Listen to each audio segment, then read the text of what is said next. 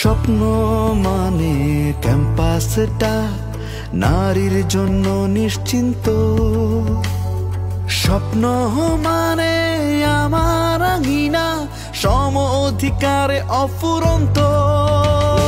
স্বপ্ন মানে ক্যাম্পাসে আর গেস্ট রুম গণরুম নেই।